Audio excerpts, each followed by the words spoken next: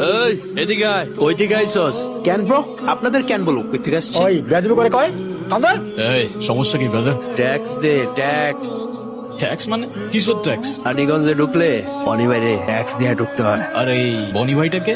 High high, রানীগঞ্জে ঢুকছে বনি বেড়েছেন না, কয় কি হয়? এত কথা বাড়াইস না, ট্যাক্স দে, কাইটা পর। তাইলে যারা ট্যাক্স দিতে হবে তারা এইসব বল আমার সাথে কথা বলতে ট্যাক্স দিয়ে দিব। এই তুই আমার সাথে কথা বলতেছস না? মনে কর বনি ভাইয়ের সাথে কথা বলা হয়ে গেছে।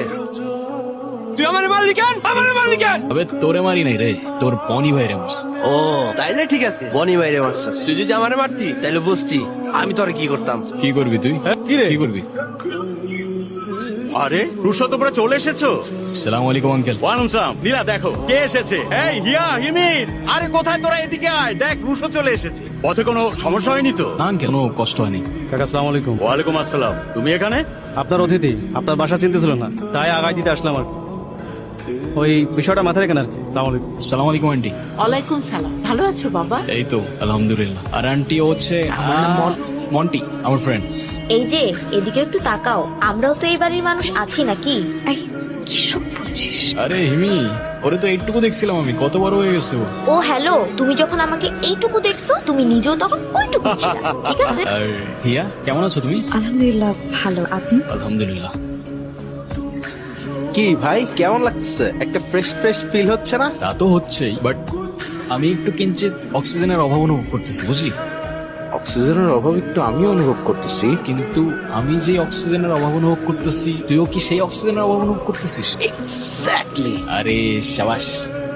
কি রুশো, কি করছো তোমরা এখানে? কই না, কিছু না তো।